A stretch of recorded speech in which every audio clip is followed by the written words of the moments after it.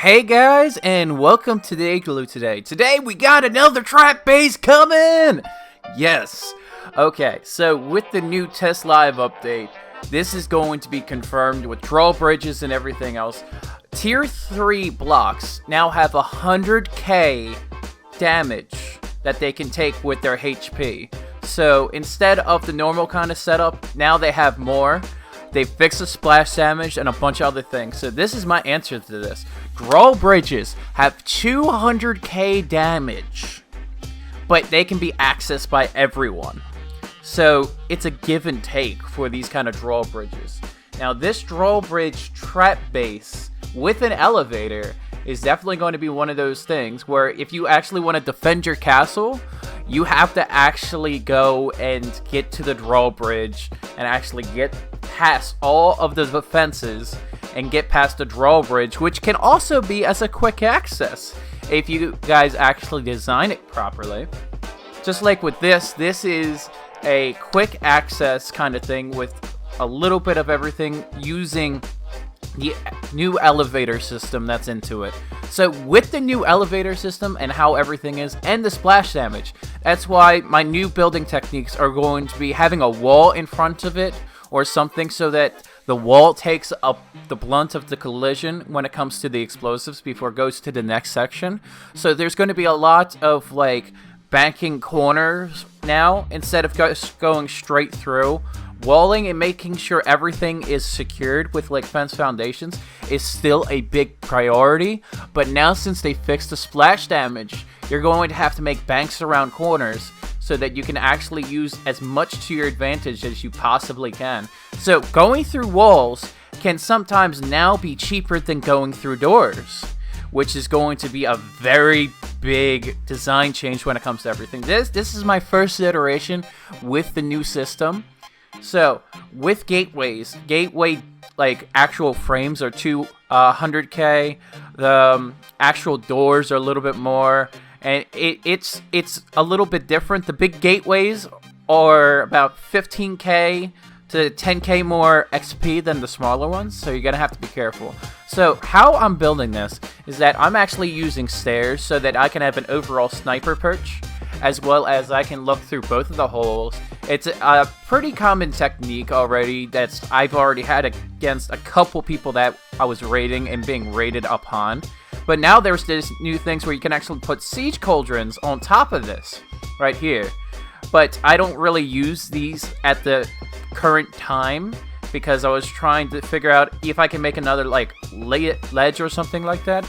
But you cannot do it if they're overlapping. You can only do it if you can build high enough. So if you want to be able to actually have like a drop over above the other drop over, it can actually make sense. But if it's on the same level like you see here, you cannot still attach to the other side. If it's clipping it any way whatsoever, you have to like not do it. So I built it one higher so that I can just go down from there. So I can just jump right from above. The next thing is once you have all this settled, you can actually have a door frame.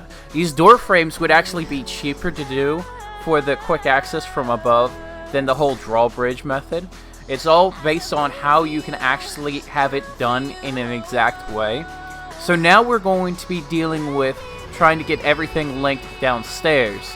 So we're going to jump a few times. This might kill you if you do it from top to bottom, but if you do it from bottom to the top, it probably won't do a lot of times that you die. So the whole point of this is to get everything to be linked. Getting everything linked is going to be a very crucial step when it comes to actually setting up this new elevator. Now, there's two different types of elevators. There's the vertical and then there's the horizontal ladders. So with dealing with that and you actually trying to fall and getting everything else done like this, the big thing is to make sure that you have enough room. Now you need at least 2 to 4 for the vertical one, which you see right here. So you go all the way down and you go all the way up. Now this part is not the trap. This part is the trap. You want to completely and entirely encapsulate on 2 sides so that you can put archer thralls in there. It doesn't stop. but it does change direction for the elevator. So you can hit it over and over again, and it can keep changing direction. And that's a big thing when it comes to like going back and forth. So if you got somebody stuck in there, and you have enough archer thralls to shoot them on the way up and on the way down, it's just going to look amazing for the amount of craziness. I didn't know at first that you can go up and down at the same time, because the test live did just come out yesterday. So I'm just like, why not do it this way so that we can actually have everything situated? So now I'm starting to put the fences. The fences can only face inward because of it would just interfere with the elevator system.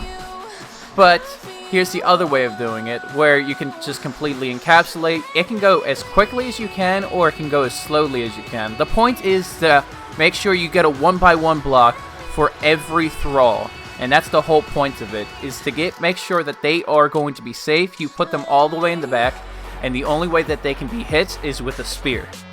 So if they have a trident, they're going to have to make trips up, down, up, down, up, down. So your thralls that are on your left and the right in the elevator will not be hit in that way. Now, I would use this like as a quick access, kind of like my shelf ladder access that I'm going to be linking right above. And it is probably one of the easier ways to do it. Now, with this new method, you can build this in tier 2. As long as the top has new fence kind of layout, so that people, when they actually have a climbing mechanic, don't go all the way up there. So here I'm going to test out this quick access. So I'm going to close the door, run, and then, oh, now they can't get up there. So now with even further of this, I even put the god implementation. So gods can stack. The gods, when you actually have this complete, can stack on every single side whatsoever. So you have maybe 2, 3 different god avatars, but you got to remember that every altar, with or without an archpriest, will be shown on the map.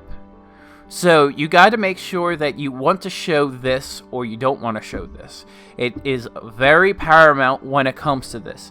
Each one takes currently 500 manifestation of zeal. So when you are setting up the archers and everything else, make sure that you try to keep them within the bubble. You can also have something so that they can't be shot from underneath. Other things like that can be as a crucial benefactor when it comes to people trying to raid you. Very, very crucial. So now we have the drawbridge, now we have everything else. Now we know exactly what the gods can do, and I'll have a further video either today or either tomorrow or the next day when it comes to avatars, because it is pretty OP. Gods got a nerf so bad, and you guys will see in the next video that I'm going to have a highlight preview right here of how the gods work, how everything is, how all the setup is. If you guys like this kind of video, please like, subscribe, and comment down below. If you guys have any questions about the new mechanics, there is a lot about the new mechanics. Hit up my last live stream that I have on YouTube, and have a good one.